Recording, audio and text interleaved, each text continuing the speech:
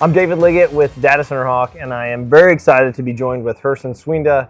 Herson is CEO of SM Plus, and Herson, thank you for joining us. Thanks for having me. You bet. We are Welcome in to Bali. Yes, absolutely. Yes. This is a little different than Dallas, Texas, which is our normal location. So very excited. Thanks for making the time. And we were just catching up before. There's a lot of exciting things going on with what you're doing here and in Indonesia specifically. So maybe talk about the company as a whole. How did it come to be? And maybe talk about just kind of the thesis of forming what you're doing now. Sure. Well, again, thanks for having me. Enjoy Bali, right? Thank you. Yes. But although we are still looking like, we are basically bankers from New York That's right. City, Yeah, so we need to take our jackets off. Yeah. But look, I think just, from the very beginning, SM Plus, we started this, me with actually a partner. We started the idea about 3 years ago. Mm-hmm. And the whole idea is essentially, if you look at future investments into a emerging market like Indonesia, with all the new technology, AI or whatnot coming down the pipeline, number one is the country ready, right? Number two, then if it's not ready, then what do we need to do? And how are we going to do it? Who should we be partnering with? Where the capital is actually coming in from? So in middle of 2022, I had the opportunity to connect with chairman of one of the largest business groups in Indonesia called Sinarmas. And specifically with Sinarmas, over the last few decades, they actually have been investing into a lot of assets. Well, historically, before digital infra becomes a sexy phrase, right? It's all called telco. That's right. Yeah. So they have been investing actively in the mobile network operator, where today, because of the market consolidation, they are shareholder in one of the 3 telcos in Indonesia. Okay. They also have been investing into some other platforms, including fiber platforms. Okay, sure. Right. So they're currently the group holds one of the largest, if not the largest, carrier-neutral fiber provider in Indonesia, providing subsea cable, backbone, all the way to fiber to the home as well. But I guess the big question that we thought about at that time is, how do all these assets, how do we unlock value, and how do we create additional value on top of that? Sure. Within the context of, again, the technological deployment that is coming down the pipeline. And that's where the idea of connecting the dots, but also understanding that all of these connectivity assets, at the end of the day, with the future infrastructure, it has to go into something that is called a data center. Sure. Yeah. And that is actually sort of the aha moment where we see, okay, let's take a look at the whole value chain, what's missing. Yep. And we were able to identify that. So that's essentially the whole genesis. But then I think when we started SM Plus, immediately we also understand that I guess the question we were asking ourselves is, how do we differentiate ourselves from all the other data center platforms out there? And today, as it was 3 years, 5 years ago, especially in Southeast Asia, Asia Pacific, there had been a wave of new data center platforms being created, right? So I think from our perspective and our sponsor, Sinarmas Group, I think there's a few fundamental things that till today we still uphold those principles. One is because we're not running as a fund. We have the flexibility to deploy capital for the longer term, keeping the asset, but also take a look at the data center industry, for example, not just as another class of real estate, right? But looking at it more from the technology perspective. Sure. And that allows us to be flexible in terms of what are the things that we can actually embed into that data center. Interesting, yeah. Which is taking me to the next point, which is, we do believe in a market like Indonesia, a strategic investor like ourselves, with the backing of the group, one of the things that we can actually do better than most is to be able to penetrate the services market, because there is an opportunity to essentially cross-sell. And so for those that don't know, maybe Indonesia as well as you, as it relates to like the market opportunity there, kind of set the stage. You know, what is it about Indonesia that is attractive from an investment standpoint, from, you know, going from what you're doing before to now going, hey, we're gonna invest in and set up a long-term data center portfolio here. Yeah. What was it about, you know, the region that was so attractive? I think there's quite a few things, right? If I can pick a few, I would say, I mean, the easy one is, you know, just the sheer size of the country itself. Yes. 275 million Population, people. yes. Right. You know, that's over 500 million, you know, eyeballs. Yeah. Right. But I think one thing when you look at it from digital infra perspective that is quite exciting for us, but maybe to some other investors probably a challenge. The fact that in a lot of emerging markets, including Indonesia, we don't have legacy assets. Huh, interesting. Right, which is actually very different coming, let's say, you know, from the US perspective. Absolutely. Because then in the US perspective, let's say you have telco with all this infrastructure, and the question is, what do I do with those? Yep. Right? Do I need to basically reconfigure? Now, in Indonesia, the beauty is we don't have that baggage. Sure. Yeah. But then on the flip side, how do I build all of these? Where is the capital coming from? What is the best source, most effective source of that capital? So all of the, you know, so you have to be asking the, you know, somewhat of a different question there. Sure. But I think for us, our local knowledge, local presence, I think that becomes an opportunity for us. Yeah, absolutely. Okay, a second ago you spoke about Indonesia as a region and what it's ready for from a demand perspective. You know, in the U.S., we're seeing demand ridiculous from a size perspective, and even in Europe and APAC too. But just talk about kind of what you think the region is ready for. Yeah, I think when it comes to new incoming technology, I think Indonesia is not different than any other markets globally. AI deployment, AI revolution knows no geographical boundary, obviously, right?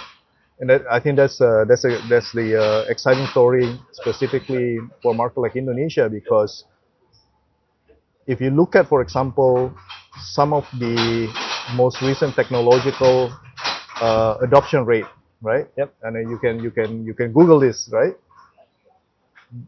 Going back, for example, during the times of BlackBerry. Yeah, sure. Right? Yeah, research in motion. Yeah. Which country has the highest adoption rate, penetration, user rate in the world? It's Indonesia. Right?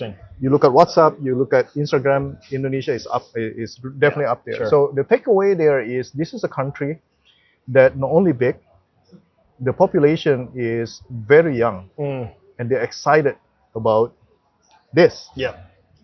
And I'll tell you why. Because this is the window to the world. Sure. For them. Yeah. And that is the reason why the adoption rate is so high, and it's not going to be any different with AI. I think that's really exciting. Now, there's a few things related to that, though, when it comes to our business strategy. Understanding the market the way we do, we understand that for the most part, Indonesia, at least right now, is not leading the pack in terms of going deep into technology and developing the technology per se. But when it comes down to commercialization and deployment and really using the technology, I think that's where the country really has the opportunity to really kick it into the next year. And you mentioned the services side of things and building a business too that can serve customers. Talk about that and kind of how you see that growing in importance. Yeah, I think it's actually for us. It is a natural way to break into the industry, and the reason is also we do have direct access to the group's ecosystem. Okay. So if you look at the group as a conglomerate, yes, we have a big B2C business, but for the most part, our DNA is actually B2B, enterprises. Sure. So for us to touch enterprises, it is already in our DNA. We have the Rolodex. We are serving basically the same customers, but providing them with a different product, a new product. Sure. So it's very simple for us, actually. Yeah, and then talk about your the project size for some of the things that you're thinking about moving forward, and some of the different projects. how large do you anticipate those getting? What type of customers do you think you'll attract to those sites? Yeah. So I think if I look at our group, SM Plus as a group, as a platform, if I look at our revenue projection going out, we are quite optimistic, but optimistic in a way that we look at that almost as a two-layer of potential revenues. One is if I just have a nice baseline revenue, and that is essentially driven by domestic consumption, data consumption, technology adoption, really only at the domestic level. Then all the things that we just talked about, right? Large population, high adoption rate, one of the fastest growing GDP per capita, in the region. All of those is going to provide you with that really nice baseline. Interesting. But I think what we want to be able to do beyond that is we say, hey, AI revolution knows no boundaries. We can't be just sitting here in Indonesia and say, this is the best we can do. Sure. Because there are a lot of resources, opportunities for Indonesia as a country and us being an Indonesia country that we can offer in order to attract regional demand, for example. And if you look at regional demand, that's where potentially you can have a lot more windfall businesses that is going to provide you with hopefully an accelerated growth, if not exponential growth. So what I'm saying there, I think we use Indonesia obviously as a baseline. We have this motto within SM Plus, Indonesia first, but we don't stop only in Indonesia. We have a lot of transferable skills that we can actually apply in other markets if and when we can actually really capture the demand. Right? And I think kudos to the team that we actually have been building effectively over the last 1.5, 2 years. I think we are at a place where the team is ready to be able to do that, as well as together with our partner. Forgot to mention also with our services business, given how fast the technology sector is actually growing, we made the conscious effort that a lot of these we can't do it alone. So we consciously go out and actually, as much as possible, try to find a global partner to be able to accelerate our growth, as well as providing that knowledge transfer. That's what we did with our services business, where we actually have this joint venture with the LG Group from Korea to drive that growth and initiative. Interesting. And then what are you seeing from like a timing perspective on the projects that you're working on? How long is it taking to get them from or do you envision taking to get from like start to finish from a design construction perspective? Like, what do you think that looks like today? I don't think it's any different than in any other markets. We are actively building right now, and if I use that this project that we're actually doing in the city center of Jakarta, we are building an 18 megawatt city center facility. When we first got started with all of these, given the location of the project in the city center, there's some concerns about delays in getting permit. That from regulation perspective, they are going to be a little bit more picky in terms of some of the requirements. The good news is we are able to navigate all of that and get the permit within the time frame that we expected.